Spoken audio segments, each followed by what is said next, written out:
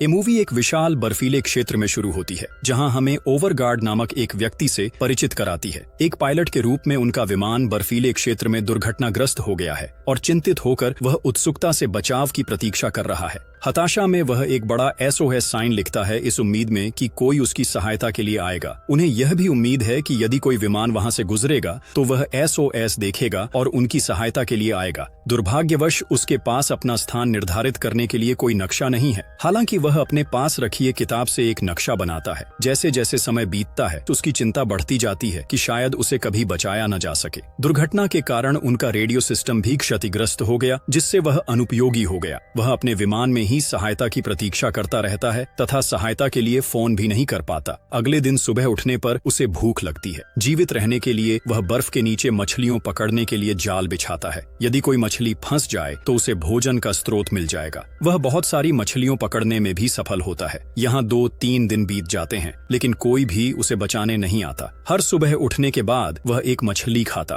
और फिर अपनी मशीन लेकर ऊंचे स्थानों पर चला जाता ताकि मशीन से निकलने वाले सिग्नल को हेलीकॉप्टर या विमान द्वारा देखा जा सके, या फिर यदि कोई व्यक्ति TMU सिग्नल पकड़ लेता है और उसे बचाने आता है। अगले दिन वो मानचित्र पर हर उस स्थान को बनाता है जहां वो बैठा था और मशीन के माध्यम से संकेत भेजता है। लेकिन दुर्भाग्यवश 4-5 दिन बीत जाने के बाद भी किसी को उसका सिग्नल नहीं दिखा। ओवरगार्ड हर दिन उस स्थान पर जाता था जहां उसने कुछ पत्थर रखे थे। वह उनसे बातें करता था। फिर जब वह अपने विमान पर वापस आता है तो देखता है कि किसी ने उसका बक्सा तोड़ दिया है और उसमें से सारी मछलियां ले गया है। जब वह चारों ओर देखता है तो उसे कुछ भी नजर नहीं आता, लेकिन फिर जैसे ही वह अपने पैरों की ओर देखता है तो उसे बर्फीली चोटी पर बहुत सारे बड़े बड़े पैरों के निशान दिखाई देते हैं। जब वह इसे देखता है तो बहुत डर जाता है और अपने विमान में वापस आ जाता है।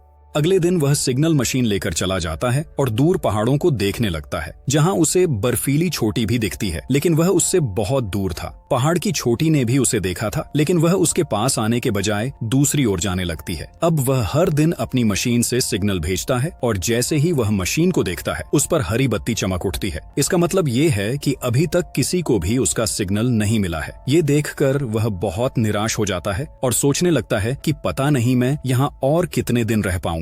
अब उसे कुछ दूरी पर एक हेलीकॉप्टर दिखाई देता है। जब उसने यह देखा तो वह बहुत खुश हुआ और चिल्लाने लगा। वह खुद पर ध्यान केंद्रित करने के लिए कुछ जलाता है। उनकी योजना सफल है क्योंकि लोग इसे देखते हैं और इसकी ओर आने लगते हैं। ओवरगार्ड की खुशी का कोई ठिकाना नहीं है, लेकिन फिर अचानक वहां मौसम खराब होने लगता है क्योंकि वहां तूफान आया था जिसके कारण हेलीकॉप्टर उसे संभाल नहीं सका और वहीं नष्ट हो गया। ये देखकर ओवरगार्ड बहुत निराश हो जाता है और हेलीकॉप्टर की ओर जाने लगता है। जब वह पास पहुंचा तो उसने देखा कि पायलट के सिर में चोट लगने के कारण मौत हो चुकी है, लेकिन हेलीकॉप्टर में सवार यात्री अभी भी जीवित था। चोट के कारण ही वह बेहोश हो गई थी। ओवरगार्ड पायल को बाहर ले जाता है और लड़की की जांच शुरू करता है। वह देखता है कि लड़की के पेट पर एक बड़ा घाव है। फिर वह हेलीकॉप्टर में रखे मेडिकल बॉक्स को उठाता है और उसकी मालिश करता है। वह हेलीकॉप्टर का दरवाजा तोड़ता है और लड़की को उस पर बैठा देता है और वह उसे वापस अपने विमान में खींच लेता है। विमान में आने के बाद लड़की को होश आता है। वो ओवरगार्ड से पायलट के बारे में पूछती है। वो उसे बताता है कि उस बेचारे लड़के को मार दिया गया है। ये सुनकर लड़की इतनी तनाव में आ जाती है कि वो फिर से बेहोश हो जाती है। अब क्योंकि ओवरगार्ड को अपना काम करना था, वो जाने के बारे में सोचता है, लेकिन जाते समय वह लड़की के लिए एक नोट छोड़ जाता है जिस पर वह लिखते हैं कि चिंता मत करो, मैं थोड़ी देर में वापस आ जाऊंगा। इसके बाद वह अपना विमान छोड़ देता है। वह हेलीकॉप्टर के पास वापस आता है और पायलट को बर्फ में दफना देता है और प्रार्थना करता है। इसके बाद वह हेलीकॉप्टर से सभी जरूरी चीजें ले जाने लगता है।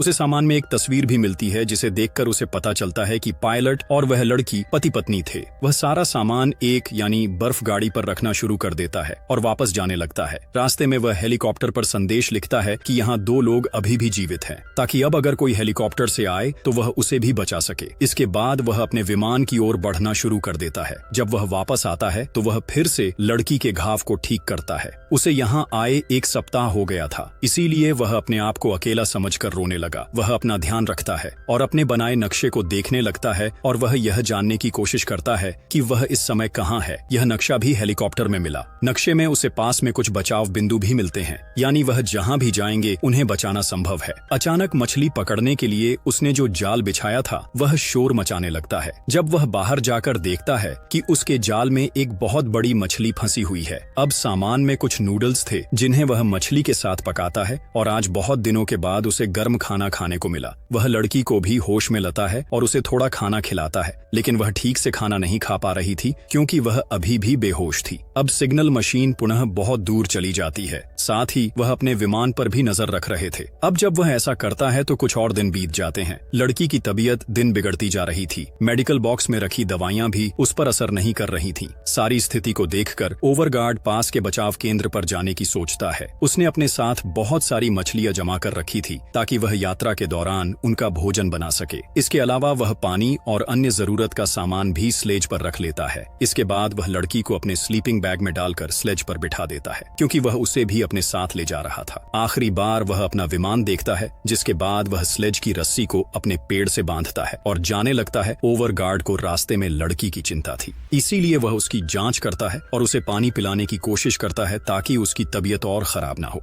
वह जानबूझकर उससे बात करता है ताकि लड़की को अकेलापन महसूस न हो और उसे लगता है कि कोई उसके साथ है। यह देखकर वह सड़क पार करके थोड़ा आगे निकल जाता है। अब दिन गुजरने लगा और वह बहुत थक भी गया था, इसीलिए वह इस स्थान पर रुककर बर्फ की गुफा बनाता है और वही विश्राम करता है। यहाँ बहुत ठंड थी और स्थिति बहुत कठिन थी, लेकिन इस मुश्किल समय में भी वह लड़की का ख्याल रख रहे थे, जो एक कठिन कार्य है। थोड़ा आगे जाने पर उसे एक पहाड़ी दिखाई देती है, जिस पर चढ़ना बहुत कठिन था। वह इस पहाड़ी को देखकर बहुत आश्चर्यचकित हुआ क्योंकि नक्शे के अनुसार उनके रास्ते में कोई पहाड़ी नहीं थी। अब उसे संदेह होने लगा है कि वह गलत रास्ते पर आ गया है। फिर जांच करने के लिए वह ऊपर जाता है और देखता है कि आगे का रास्ता पूरी तरह से साफ है, वहां से आगे बढ़ना आसान होगा। इसीलिए वह सबसे पहले अपना सामान खींचकर ऊपर ले जाता है और जब वह लड़की को के माध्यम से ऊपर ले जा रहा था तो वह बार बार नीचे आ रही थी क्योंकि वजन भारी था। वो उस पर चढ़ने की बहुत कोशिश करता है लेकिन असफल रहता है, जिसके बाद वह वहीं बैठ जाता है और रेस्क्यू पॉइंट पर जाने के लिए दूसरा रास्ता बनाता है। उन्हें यह भी चिंता थी कि इस सड़क से बचाव स्थल तक जाने में 2 दिन लगेंगे, लेकिन अब जिस नए रास्ते से वह जाएगा उसमें 5 दिन लगेंगे। तनाव इस बात का था कि खाना भी कम मिल रहा था और बच्ची की हालत इतनी खराब थी कि उसकी मौत भी हो सकती थी, लेकिन इसके बावजूद वह हिम्मत रखता है और फैसला करता है कि चाहे कुछ भी हो जाए मैं इस नए रास्ते से ही गुजरूंगा। जिसके बाद वह अपना सामान नीचे उतारता है और इस नई सड़क पर चलना शुरू कर देता है। थोड़ा आगे जाने पर उसे एक गुफा मिलती है जहाँ वो रुकता है और खाना पकाकर लड़की को खिलाता है, लेकिन उसकी हालत और भी खराब थी। उसका शरीर काला पड़ने लगता है, ऐसा लगता है जैसे उसका खून जैम गया है। इसके अलावा उनके चूल्हे की गैस भी खत्म हो गई थी। जब उसने यह देखा तो उसकी परेशानी बढ़ गई। वह चुपचाप बैठा अभी सोच ही रहा था कि तभी किसी की आवाज बाहर आने लगती है।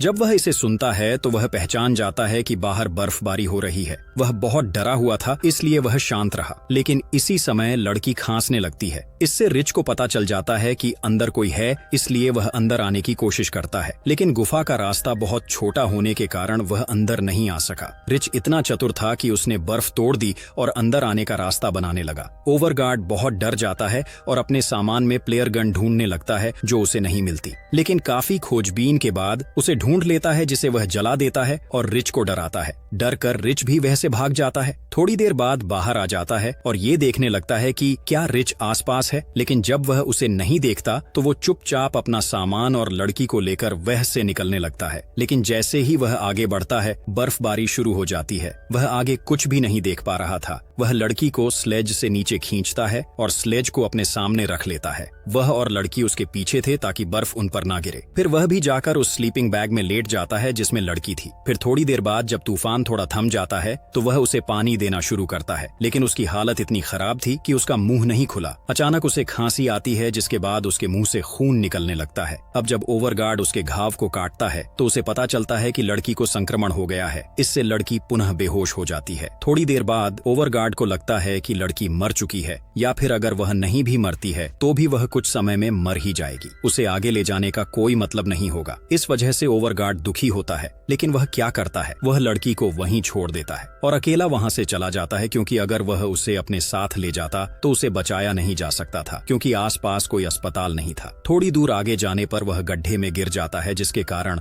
वह तुरंत बेहोश हो गया। अपनी यात्रा के दौरान फिर जब उसे होश आता है तो वह देखता है कि उसका पैर कुछ पत्थरों में फंसा हुआ है। वह बार बार वहां से निकलने की कोशिश करता है, लेकिन पत्थर इतने भारी थे कि वह वहां से निकल नहीं सका।